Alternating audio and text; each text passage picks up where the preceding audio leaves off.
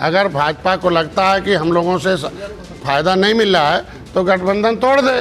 क्यों छोट भैया नेता से अब सब करवा रहे हैं? चाहे राजभर के भी यहाँ नेता अब शब्द उल्टा पुल्टा बोलते रहते हैं। हम तो कहते हैं, अरे यार मैं तो इसीलिए कहता हूँ, मैं भाजपा पूछना चाहता हूँ कि ये हमारे सहयोगी दल है ना, सुभाषपा है, हमारे सहयोगी दल, हमारे अपना दल हैं, हमारे आरएलडी के हैं, हम उन पर भरोसा होना चाहिए भाजपा को।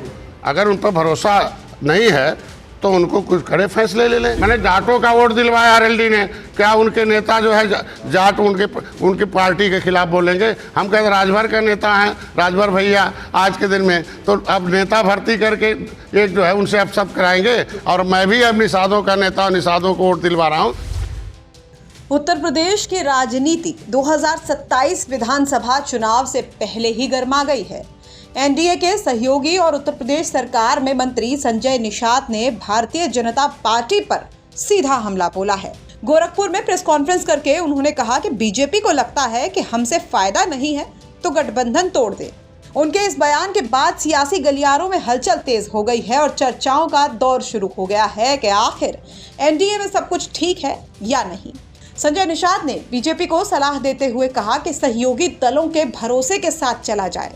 उन्होंने साफ शब्दों में कह दिया कि राजभर, आरएलडी और निषाद पार्टी पर अपशब्द बंद कराएं।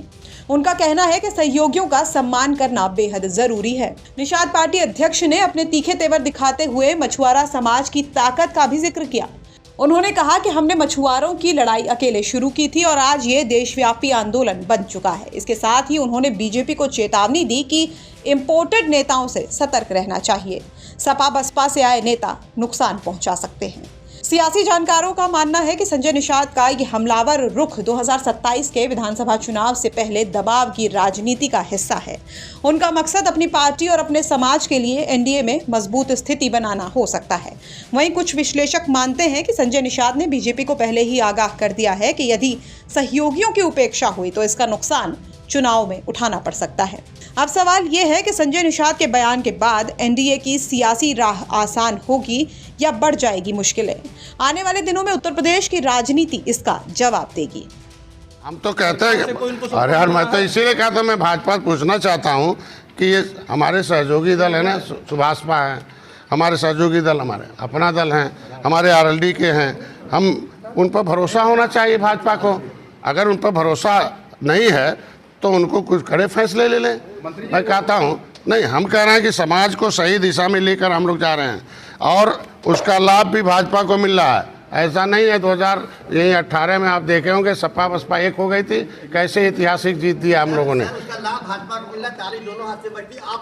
हम कहते हैं हमारे भी लोग गए और हम आज के दिन में विधानसभा, विधान परिषद और जो है कैबिनेट में, और आज के दिन में इनकी आवाज़ बन के गए। अब समाज समझ सकता है कि क्या हो सकता है। क्या 2018 फिर मैं इतने कहूँगा कि जो कुछ चल रहा है, अगर भाजपा को लगता है कि हम लोगों से फायदा नहीं मिल रहा है तो गठबंधन तोड़ दे।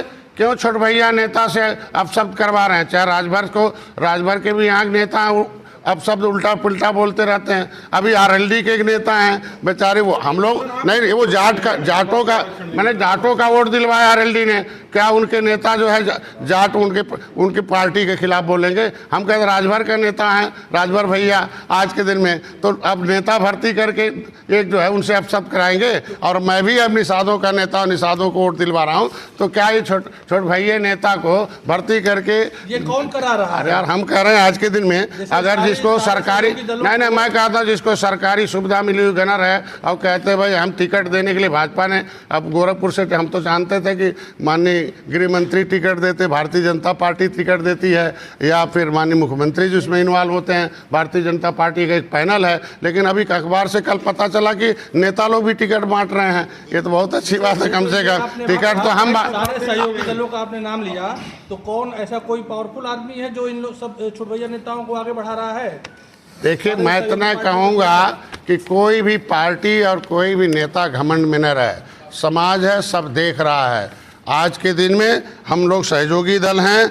यूपी की जीत में हम सहयोगी दलों का बहुत योगदान रहा। मैं आपको बता दूं कि आशीष पटेल भाई समाज के नेता हैं, पटेलों के हैं, कुर्मी हैं। आज के दिन वो भी क्रिमिनल कास्ट हैं, वो भी पिछड़ी जाति में हैं, उन्हें भी सम्मान।